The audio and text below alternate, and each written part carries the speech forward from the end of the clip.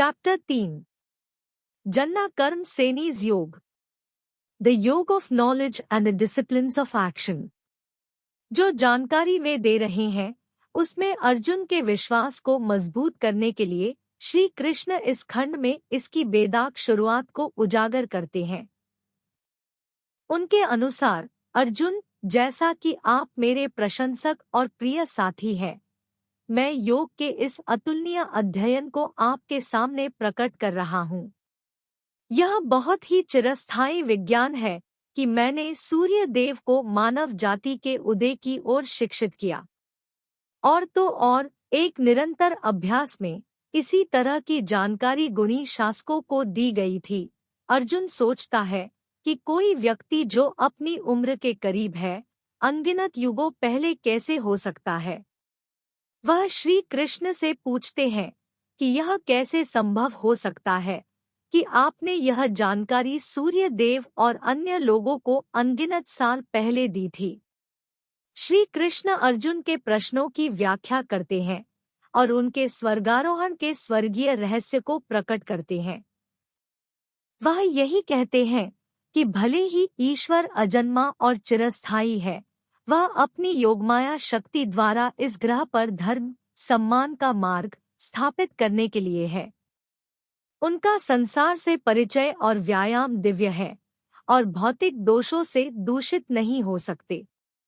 जब कोई प्रशंसक इस रहस्य को जान लेता है और असाधारण विश्वास के साथ समर्पण में भाग लेता है, तो वह भगवान को प्राप्त करता है और इस दुनिया में फिर से जन्म नहीं लेता है। फिर उस बिंदु पर श्री कृष्ण कर्म योग पर लौटते हैं। पिछले भाग से विषय वह काम के विचार और उसके 3 मानकों गतिविधि, वास्तविक जीवन में और वर्जित गतिविधि की समझ बनाता रहता है। वे स्पष्ट करते हैं कि कर्मयोगी सबसे मनोरम कार्य करते हुए भी निष्क्रियता की स्थिति में रहते हैं और ऐसी गतिविधियों के कर्मफलों में नहीं फंसते। यह जानकर पुराने ऋषियों ने भगवान की प्रसन्नता के लिए तपस्या के प्रदर्शन के रूप में अपने काम की संपूर्णता को निभाया। वे आनंद, दुख, उपलब्धि या निराशा से प्रभावित नहीं थे। वे इस बात का बोध कराते हैं कि जब तपस्या विधिपूर्वक की जाती है, वैध जानकारी और शुद्ध मतों से की जाती है, तो उसके अवशेष अमृत के समान हो जाते हैं। क्या अधिक है, इस तरह के अमृत में भाग लेने से प्रशंसक सभी संदूषणों से मुक्त हो जाते हैं। वास्तव में सबसे बड़ा अपराधी भी कालातीत जानकारी की इस नाव पर सवार होकर भौतिक पीड़ाओं के विस्तार को प्राप्त कर सकता है। श्री कृष्ण कहते हैं कि इस तरह की जानकारी केवल एक प्रमाणित पारलौकिक विशेषज्ञ से प्राप्त की जानी चाहिए जो ईश्वर ज्ञानी हो।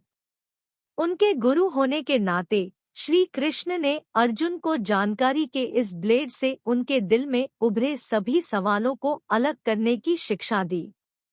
वह अर्जुन से आग्रह करता है कि उठो और एक सेनानी के रूप में अपना कर्तव्य निभाओ। प्रमुख शासक श्री कृष्ण ने कहा, मैंने योग के इस कालातीत अध्ययन को सूर्य देव विवस्वान को दिखाया, जिन्होंने इसे मनु को दिया था, और मनु ने इस प्रकार इसे इक्ष्वाकु को प्रशिक्षित किया। हे शत्रुओं के वशीभूत धर्मात्माओं ने बाद में निरंतर अभ्यास में योग का यह अध्ययन प्राप्त किया। हालांकि समय के लंबे प्रवेश के साथ यह दुनिया के लिए खो गया था। योग पर एक ऐसी ही पुरानी जानकारी जो कि प्रमुख रहस्य है, मैं आज आपके सामने प्रकट कर रहा हूँ, क्योंकि आप मेरे प्रेमी के रूप में मेरे साथी भी हैं, जो इस अलौकिक अंतर्दृष्टि को समझ सकते हैं। अर्जुन ने कहा, विवस्वान के बाद तुम्हारा बहुत गर्व रहा है। मैं कैसे समझूं कि सबसे पहले आपने उसे यह विज्ञान सिखाया है? प्रमुख शासक ने कहा, हे अर्जुन, तुम्हारे और मेरे दोनों के कई जन्म हो चुके हैं। आप उन्हें याद करने में विफल रहे हैं, जबकि मैं उन सभी को याद करता हूँ। हे परंतप, भले ही मैं अजन्मा हूँ, हर जीवित पदार्थ का स्वामी हूँ, और एक शाश्वत प्रकृति रखता हूँ। मैं योगमाया, मेरी स्वर्गीय शक्ति द्वारा इस दुनिया में दिखाई देता हूँ। हे अर्जुन, जब जब अनुकरणीय स्वभाव का ह्रास होता है और दुष्टता का विस्तार होता है, तब तब मैं स्वयं को लोक पर प्रकट करता हूँ। न्यायसंगत की रक्षा के लिए, बुराई को नष्ट करने के लिए और धर्म के मानकों को बहाल करने के लिए मैं इस ग्रह पर कई युगों में दिखाई देता हूँ। हे अर्जुन, जो लोग संसार के लिए मेरे परिचय के स्वर्गीय विचार को समझते हैं और अभ्यास करते हैं, उन्हें फिर से जन्म लेने की आवश्यकता नहीं है, बल्कि मेरे शाश्वत निवास स्थान पर आते हैं।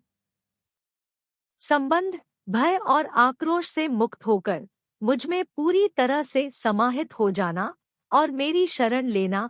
अतीत में बहुत से लोग मेरे बारे में जानकारी से शुद्ध हुए और इस तरह मेरे स्वर्गीय प्रेम को प्राप्त किया। जिस तरह से लोग मुझे छोड़ देते हैं, मैं जरूरत के हिसाब से जवाब देता हूँ। हर कोई मेरे रास्ते का अनुसरण करता है, जानबूझकर या गलती से। हे पृथा की संतान, इस दुनिया में भौतिक अभ्यासों में परिणाम की लालसा स्वर्गीय दिव्य प्राणियों की वंदना करती है, क्योंकि भौतिक पुरस्कार तेजी से प्रकट होते हैं। व्यक्तियों की विशेषताओं और अभ्यासों के अनुसार मेरे द्वारा व्यवसायों के 4 वर्गीकरण किए गए थे। भले ही मैं इस ढांचे का निर्माता हूँ, यह महसूस करें कि मैं आम तौर पर गैरअभ्यासी और चिरस्थायी रहूंगा। व्यायाम मुझे खराब नहीं करता है, न ही मुझे गतिविधि के उत्पाद चाहिए। जो मुझे इस तरह से महसूस करता है, वह कभी भी काम के कर्मों के जवाबों से सीमित नहीं होता है। इस वास्तविकता को जानकर प्राचीन काल में आजादी की खोज करने वालों ने भी गतिविधियां की। इस प्रकार उन वृद्ध ऋषियों के पदचिन्हों पर चलते हुए तुम्हें भी अपने कर्तव्य का पालन करना चाहिए। गतिविधि क्या है और निष्क्रियता क्या है? दरअसल जानकार भी इसे तय करने में उलझे रहते हैं। वर्तमान में मैं कर्म के रहस्य को स्पष्ट करूंगा, जिसे जानकर आप भौतिक वशीकरण से मुक्त हो सकते हैं। आपको तीनों में से प्रत्येक के विचार को समझना चाहिए: सुझाई गई गतिविधि, गलत गतिविधि और निष्क्रियता। इनके बारे में वास्तविकता महत्वपूर्ण और समझने में कठिन है। जो लोग वास्तविक जीवन में निष्क्रियता और निष्क्रियता में गतिविधि देखते हैं, वे वास्तव में लोगों के बीच समझदार होते हैं। गतिविधियों की एक विस्तृत श्रृंखला करते हुए भी वे योगी हैं और उनकी प्रत्येक गतिविधि के मालिक हैं। प्रबुद्ध ऋषि उन लोगों को बुद्धिमान कहते हैं जिनकी प्रत्येक गतिविधि भौतिक सुखों की लालसा से मुक्त होती है और जिन्होंने स्वर्ग की जानकारी की आग में काम की प्रतिक्रियाओं को भस्म कर दिया है। ऐसे व्यक्ति अपने कार्यकलापों के उत्पादों के प्रति समर्पित संबंध रखते हुए निरंतर पूर्ण होते हैं और बाहरी चीजों के अधीन नहीं होते हैं। एक्सरसाइज में हिस्सा लेने के बावजूद वे कुछ भी नहीं करते हैं। धारणाओं और उत्तरदायित्व की भावना से मुक्त मस्तिष्क और उत्सुकता को पूरी तरह से नियंत्रित करके वे अपने शरीर द्वारा गतिविधियों को करते हुए भी कोई गलत काम नहीं करते हैं। कुछ भी हासिल होने से खुश, उनकी समझ और ईर्ष्या से मुक्त, वे जीवन के द्वंद्वों से परे हैं। प्रगति और निराशा से लैस होने के कारण वे कई तरह के व्यायाम करते समय भी अपनी गतिविधियों से सीमित नहीं होते हैं।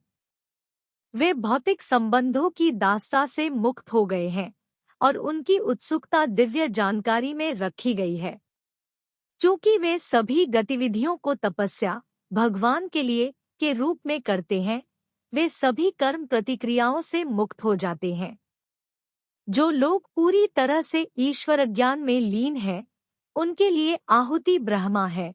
जिस कूप के साथ यह चढ़ाया जाता है वह ब्रह्मा है, अर्पण का प्रदर्शन ब्रह्मा है और समान अग्नि भी ब्रह्मा है। ऐसे लोग जो हर चीज को ईश्वर के रूप में देखते हैं, प्रभावी रूप से उन्हें प्राप्त करते हैं। कुछ योगी भौतिक योगदान के साथ दिव्य प्राणियों से प्रेम करते हैं। अन्य लोग निष्कलंक प्रेम करते हैं और स्वयं को परम सत्य की अग्नि में तपस्या के रूप में अर्पित करते हैं। अन्य प्रतिबंध की संधि अग्नि में श्रवण और विभिन्न संकायों की पेशकश करते हैं। किसी भी स्थिति में अन्य लोग इंद्रियों की अग्नि में तपस्या के रूप में ध्वनि और इंद्रियों की विभिन्न वस्तुओं की पेशकश करते हैं। कुछ सूचना से प्रेरित होकर अपनी प्रत्येक शक्ति के तत्वों और अपनी जीवनऊर्जा को नियंत्रित मानस की अग्नि में अर्पित कर देते हैं। कुछ अपनी बहुतायत को तपस्या के रूप में पेश करते हैं, जबकि अन्य अत्यधिक गंभीरता को तपस्या के रूप में प्रस्तुत करते हैं। कुछ योग अभ्यासों के 8 ओवरले तरीके में प्रशिक्षित होते हैं, लेकिन अन्य पवित्र ग्रंथों पर ध्यान केंद्रित करते हैं और गंभीर प्रतिबद्धताओं को ध्यान में रखते हुए जानकारी को तपस्या के रूप में विकसित करते हैं। किसी भी मामले में अन्य लोग आने वाली सांस में सक्रिय सांस को छोड़ने का सुझाव देते हैं, जबकि कुछ आने वाली सांस को सक्रिय सांस में देते हैं। कुछ कठिन अभ्यास प्राणायाम और आने वाली और सक्रिय सांसों को सीमित करते हैं, मौजूदा ऊर्जा के दिशानिर्देश में पूरी तरह से बनाए हुए हैं। हालांकि अन्य लोग अपने भोजन सेवन को कम कर देते हैं और सांस को मौजूदा ऊर्जा में तपस्या के रूप में पेश करते हैं। इतनी बड़ी संख्या में तप के ज्ञाता ऐसे प्रदर्शनियों के कारण अपने दुर्गुणों से मुक्त हो जाते हैं। जो लोग तपस्या के रहस्य को जानते हैं और उसमें भाग लेते हैं, वे अमृत के समान अवशेषों में शामिल होते हैं और मामले के शुद्ध तथ्य की ओर बढ़ते हैं। हे कौरवों में श्रेष्ठ, जो लोग कोई तपस्या नहीं करते हैं, उन्हें इस संसार में या निम्नलिखित में कोई आनंद नहीं मिलता है। वेदों में इस बड़ी संख्या में विभिन्न प्रकार की तपस्याओं का वर्णन किया गया है। विभिन्न प्रकार के कार्यों से शुरुआत के रूप में उन्हें महसूस करें। यह लोग भौतिक दास्ता के गुच्छों को काट देता है। हे शत्रुओं के वशीभूत, जानकारी में किया गया तप किसी भी यांत्रिक भौतिक तपस्या से बेहतर है। हे पार्थ, सभी बातों पर विचार करते हुए काम की सभी तपस्याओं की जानकारी में पूर्ण चक्र आता है। एक गहन विशेषज्ञ की ओर बढ़ते हुए वास्तविकता से परिचित हो। उससे प्रेम से मांगो और उसे प्रशासन दो। ऐसा प्रबुद्ध संत आपको जानकारी दे सकता है, क्योंकि उसने वास्तविकता को देखा है। इस तरह से चलने और गुरु से ज्ञान प्राप्त करने के बाद, हे अर्जुन, तुम फिर कभी मतिभ्रम नहीं करोगे। उस जानकारी के प्रकाश में तुम लोग देखोगे कि सभी जीवित प्राणी फिर भी प्रमुखता के टुकड़े हैं और मेरे अंदर हैं। वास्तव में यहाँ तक कि जिन लोगों को सभी मूर्ति पूजकों में सबसे अनैतिक माना जाता है, वे भी स्वर्गीय जानकारी की नाव में बैठकर भौतिक उपस्थिति के इस विस्तार को पार कर सकते हैं। हे अर्जुन, जैसे एक प्रज्वलित आग लकड़ी को जलाती है, वैसे ही सूचना की आग भौतिक अभ्यासों से सभी प्रतिक्रियाओं को भस्म कर देती है। इस संसार में स्वर्गीय सूचना के समान शुद्धिकरण जैसा कुछ भी नहीं है। विलंबित योगाभ्यास से जिसने मानस की सिद्धि प्राप्त कर ली है, ऐसी सूचना नियत समय पर हृदय के भीतर प्राप्त हो जाती है। जिनका आत्मविश्वास गहरा है और जिन्होंने अपने मानस और संकायों को नियंत्रित करने पर काम किया है, वे दिव्य जानकारी प्राप्त करते हैं। ऐसी अलौकिक जानकारी के माध्यम से वे तेजी से कभी न खत्म होने वाले प्रमुख सामंजस्य को पूरा करते हैं। फिर भी जिन लोगों में न तो आत्मविश्वास है और न ही जानकारी और जो पूछताछ कर रहे हैं, वे हार का अनुभव करते हैं। संदिग्ध आत्माओं के लिए न तो इस दुनिया में और न ही निम्नलिखित में कोई संतुष्टि है। हे अर्जुन, जिन लोगों ने कर्म का त्याग कर दिया है, जिनके प्रश्नों को सूचना द्वारा विसर्जित कर दिया गया है और जो स्वयं के बारे में जानकारी में व्यवस्थित है, उन्हें क्रियाएं योग की अग्नि में नहीं बांधती। नतीजतन सूचना के ब्लेड से उन सवालों को काट दे जो आपके दिल में उभरे हैं। हे भारतवंशी, कर्म योग में अपने लिए एक अच्छी नींव डालो। उठो, उठो और आगे बढ़ो।